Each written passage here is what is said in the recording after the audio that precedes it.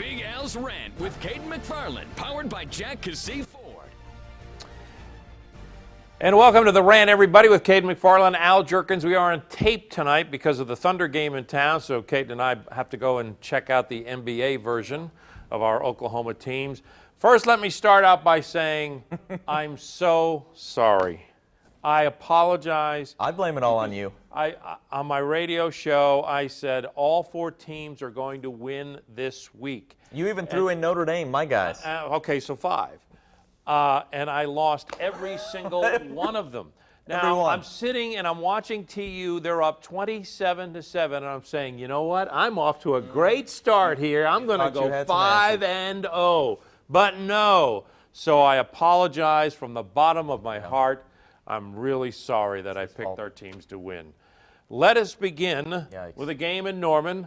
Beautiful day. Sun was shining. It was gorgeous. I was having a ball out there. I'm so sorry for thinking that Bob Stoops would have his troops ready to play in a big game such as this one. That's what came to mind for me. Bob Stoops has lost games with OU. Going back now to 2005, they've lost at least 2 every season.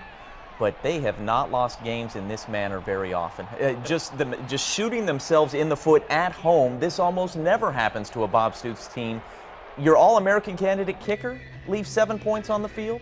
The turnovers, on a day when your offense is moving up and down the field, it was just really hard to wrap your arms around what was going on. Now, Honeycutt, we know he's been consistent all year long and has been throughout his entire career. The defense played okay. Yeah, they weren't great. But what's bugging me about this OU offense is that they cannot get a yard when they need one. And that is becoming a recurring problem for this team. What it is, I have no idea. Is it the play calling? Is it trying to do the same thing over and over and over again? But they cannot get 1 yard for a touchdown. They cannot get 1 yard for a first down. And they have a battering ram of a running back. Thank you. What's going on here? I'm not going to blame it on the fact the fullback got thrown out of the game. That's inexcusable. They have enough talent on this team to make 1 yard and get a touchdown when they need one. And what you're referencing, it happened a couple of times during the game, but the really big moment was in the fourth quarter when Honeycutt missed the field goal that would have put them up 2. They actually had, a second and 1 and a third and 1, or maybe second and 1, third and 1. Didn't get in either time going to P. Ryan on the goal line. If you want to blame Honeycutt, I get it. I get it. He had an off day. I get it. But who's to say if he kicks the field goal and makes it, they're up by 2. Like this defense has played so great that they were going to hold Kansas State without getting into field goal range to win the game on their own. I'm sorry, I can't put the total blame on the kicker. The extra point was blocked. So you think this was just a terrible coaching job? Yes. Because I'm not sure I'd go there. Here's what I'd say. Coaching job, I'm not going to. No, I just think that this team isn't that good. Well, see, that's tricky as well because who is? That's a relative thing. Are they good compared to the 2000 Sooners, the 2004 Sooners? No. Why? Are they good compared to, Kansas State is now leading the Big 12. They won by 1, and OU left a whole bunch of points on the field. Why does OU need trick plays to get into the end zone?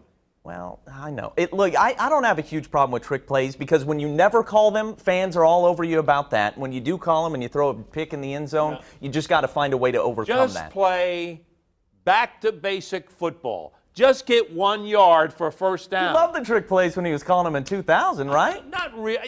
Hey, I don't think this team needs trick plays. That trick play was brutal.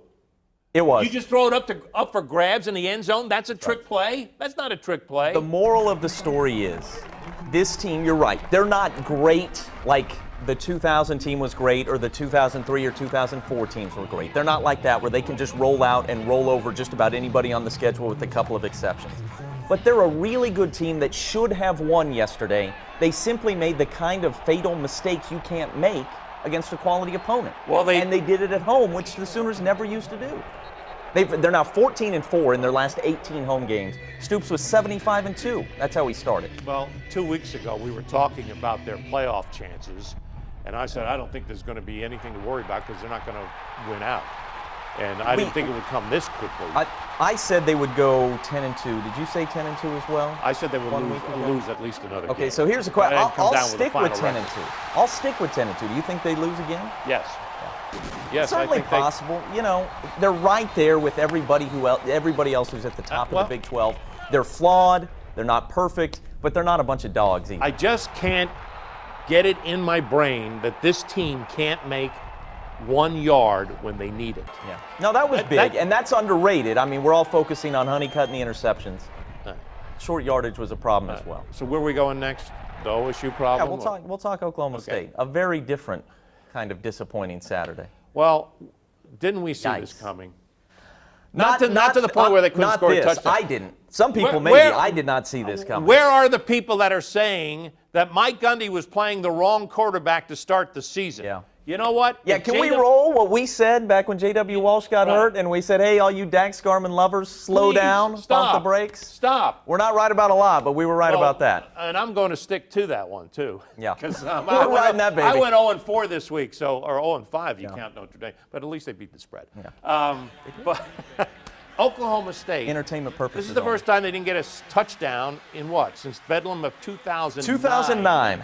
Snapped that streak of, I think, 58 games in a row. They had hit at least 20 points. Didn't even come close to that with 9.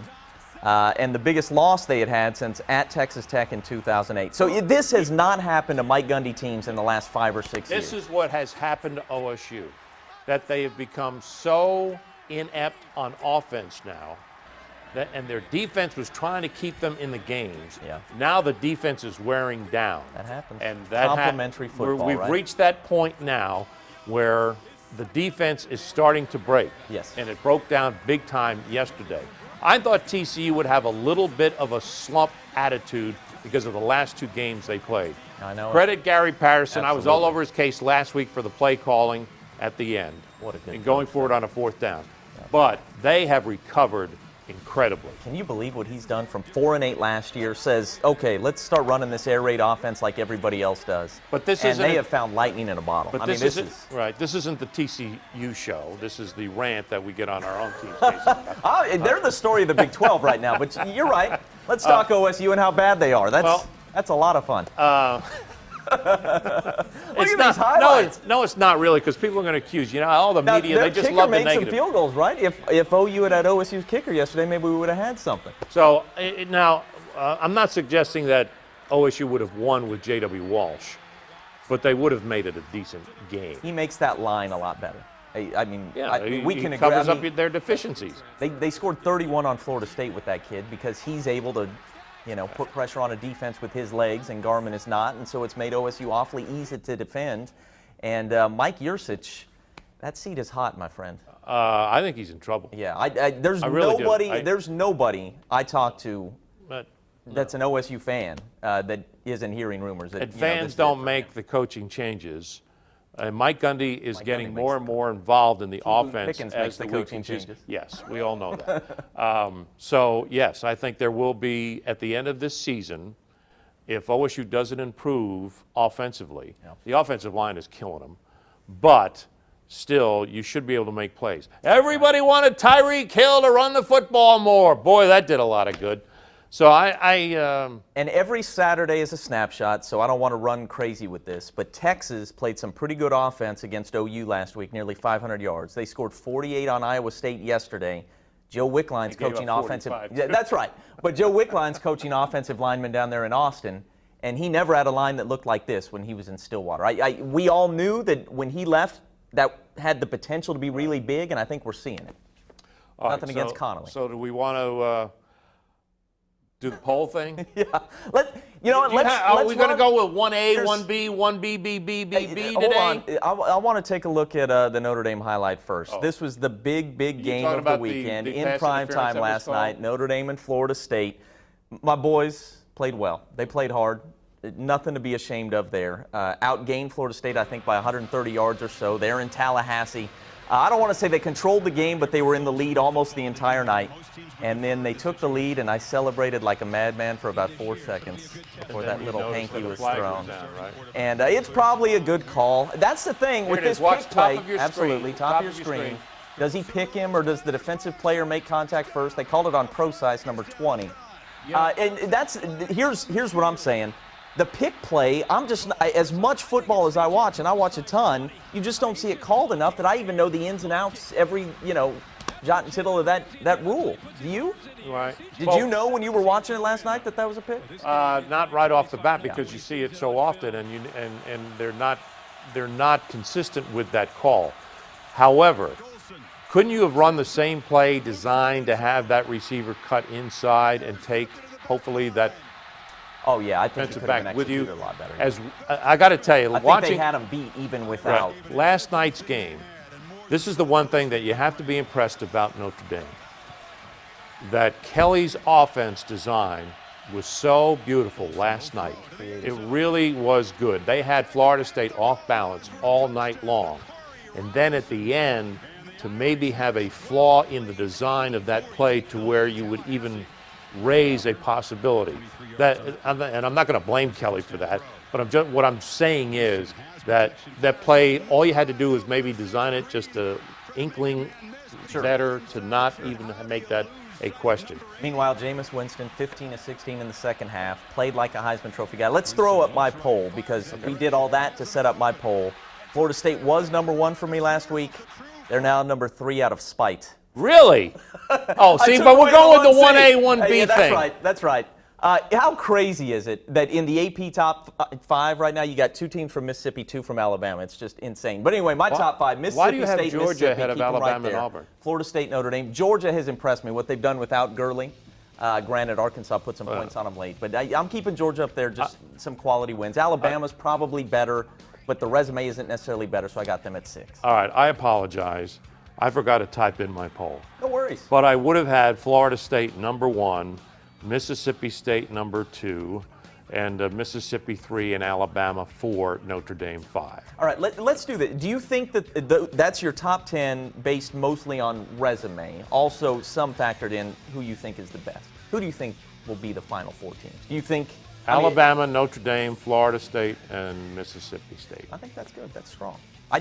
I wouldn't differ with that, really. I think it'll be 2 SEC teams. I think Alabama's definitely 1. Before we leave, because we're running out of time and it's almost third quarter time, TU, I don't know what else to say. Obviously, their record speaks for itself, but yesterday they should have won that game. They were up 27-7. Yeah. They were outscored in the second half 31-3. They never found a way to cover Davis, their receiver, when they needed to, and it just didn't work. You take a look at some of the highlights here, and you see that defensively, this is the first time that TU's had a first quarter lead, right? They get it with an interception return for a touchdown, and it just fell apart. They made some great catches. There was some individual players and plays, but they dropped 3 passes on third downs that would have given them first downs to keep their drives alive, and that's what got them beat. They're 4-15 in their last 19 games, and that definitely looked like a team that just didn't know how to win, didn't know how to close. And, until you do it, that's who you are. That was a bummer of a homecoming. And this was the touchdown that won the game, and fade to black, and it's all over. All right, so that wraps up another edition of The Rant. Again, we are on tape tonight because of the Thunder game here in town. Hope to see you out at the ball game, as a matter of fact. Get out there if you can. For Cayden McFarland, this is Al Jerkins for The Rant. Let's go back to the ball game on NBC and Channel 2. Jack Cassey Ford has been helping Oklahoma with their car and truck needs for over 56 years. Ford has the world's most innovative, powerful, and fuel-efficient vehicles at Jack Cassey Ford in Claremore. What a dealer should be, Jack Cassey Ford.